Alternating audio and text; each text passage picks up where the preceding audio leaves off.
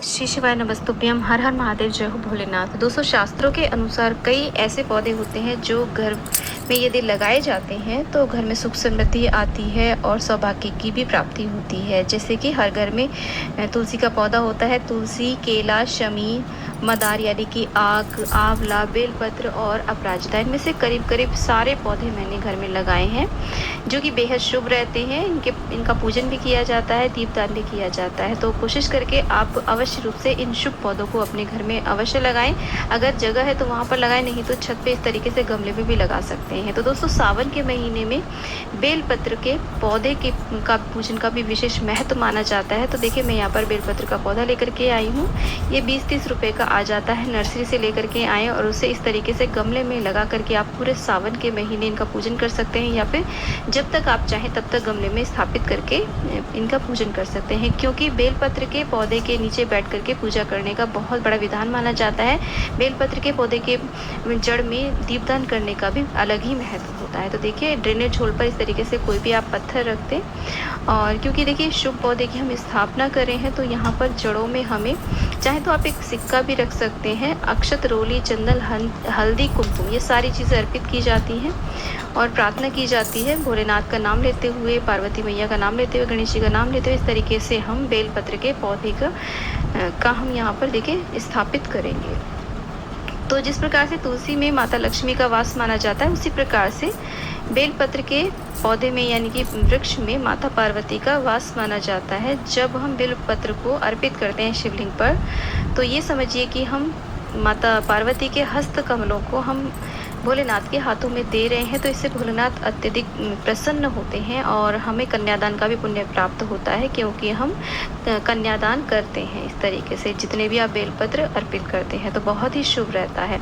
और इस सावन के पूरे महीने में आपको इस तरीके से बेलपत्र के नीचे दीपदान करना चाहिए और पूजन करना चाहिए। तो देखिए, मिट्टी भरने के बाद में गमले में मैं इस तरीके से यहाँ पर ये पॉलीथीन जो आई है ना नर्सरी से, वो हटा लूँगी। ऐसे बहुत ही इजी है इस पौधे को लगाना और बहुत ज़्यादा केयर भी नहीं करनी पड़ती है। एक्स्ट्रा ओवर वाटरिंग आपको नहीं करनी है, क्योंकि देखिए थोड़ा सा रेनी सीज़न रहता है, तो ध्यान रख करके ही ऐसे आप गमले में लगाएं। तो यहाँ पर देखिए, मिट्टी के अंदर आप एक हिस्सा खाद मिला लें, रेत, बालू रेत जो होती है वो मिला लें और मिट्टी मिला लें। तीनों को बराबर बराबर हिस्से में मिला करके ऐसे मिट्टी तैयार कर लें। बारिश होने की वजह से मेरी मिट्टी गीली हो गई है, तो अभी मैं कोई पानी वगैरह नहीं डालूँगी, इसीलिए थोड़ा आपको गीली गीली लग रही होगी।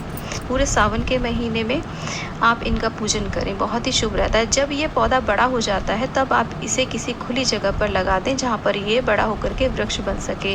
तो चाहे तो पूरे सावन के महीने में पूजन करने के बाद में कहीं अन्य जगह लगा सकते हैं, नहीं तो आप इनका आगे तक भी इस तरीके से पूजा कर सकते हैं। और उसके बाद में जब लगे कि गमले में अब ये नहीं रह पा रहा है ये पौधा, तो आप इन्हें खुली जगह में लगा दें ताकि ये बड़ा वृक्ष बन सके।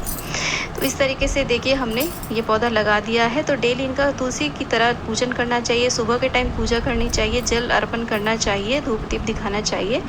और सुबह के टाइम दीपक जलाना कंपलसरी नहीं है, लेकिन शाम के टाइम तो इस पेड़ के नीचे यानी कि इस पौधे के नीचे अवश्य रूप से दीपदान करना चाहिए। तो बहुत ही सिंपल साधारण सी पूजा की विधि होती है। यहाँ पर देखिए, जल का एक कलश ले लें, आप चाहे तो इसमें हल्का सा कच्चा दूध भी डाल सकते हैं, और एक धूप दीप आप ले लें। देसी घी का दीपक मैंने बनाया है, तिल के तेल का भी आप यहाँ पर अर्पित कर सकते हैं। अक्षत, रोली, चंदन, वस्त्र रूपी कलावा, और कुछ आप भोग प्रसाद में चीनी भी रख सकते हैं। कुछ फूल ले लें, जो भी डेली पूजा में आपको सामग्री चाहिए होती है वो आप ले करके इस तरीके से बेलपत्र के पौधे का पूजन करें। तो सबसे पहले जल अर्पित करें। जल के अंदर देखिए एक्स्ट्रा आप मीठा ना डालें, दूध ना डालें, नहीं तो पौधा हमारा ख़राब हो जाएगा। यदि हम इसमें चींटियाँ लग जाती हैं तो बहुत ज़्यादा नहीं डालें, क्योंकि सावन के पूरे महीने हमें इनको जल अर्पित करना है और दीपक जलाना है। तो बहुत ज़्यादा मीठा मीठा ना हो जाए, नहीं तो फिर चींटियाँ लग जाएंगी, पौधा ख़राब हो जाएगा। और हमारे मन में कई प्रकार की शंकाएँ उत्पन्न हो जाती हैं यदि ऐसा कुछ होता है वो हमारी गलतियों की वजह से है,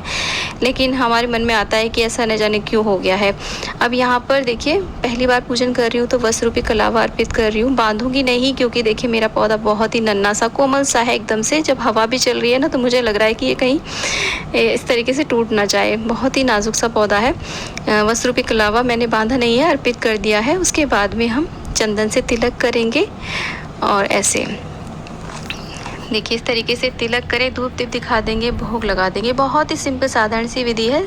आप देखिए सुबह के टाइम इस तरीके से पूजन कर लें और शाम के टाइम आप दीपदान कर सकते हैं। तो जैसे तुलसी मैया का हम डेली पूजन करते हैं वैसे ही आप पूजन करें। पूरे सावन के महीने करें, सोमवार के दिन भी आप पूजन कर सकते हैं बेलपत्र का, और आप 14 के दिन भी पूजन कर सकते हैं, या फिर शिव भगवान की कोई भी व्रत पूजन आप करते हैं तो उस दिन भी आप बेलपत्र का पूजन कर सकते हैं। शिव महापुराण और लिंग पुराण में बेलपत्र के वृक्ष की महिमा के बारे में बहुत ही अच्छे से विस्तार पूर्वक बताया गया है।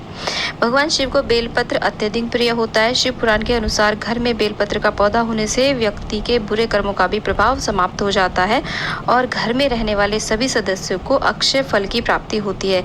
जिस स्थान पर बेलपत्र का पौधा लगाया जाता है वह काशी तीर्थ के समान पवित्र और पूजनीय स्थल बन जाता है और घर के सभी प्रकार की जितनी भी तंत्र मंत्र बाधाएं होती हैं उससे मुक्ति हो जाती है घर की, और घर की सारी नेगेटिविटी दूर हो जाती है। ऐसे में यदि आपके घर में बेलपत्र लगाने की जगह नहीं है तो आप किसी गमले में, मेरी तरीके से आप किसी गमले में भी इस पौधे को लगा सकते हैं। बहुत सारे शुभ पौधे हैं जो मैंने गमले में लगाए हुए हैं, मैं उनका नित्य प्रतिदिन पूजन करती हूँ।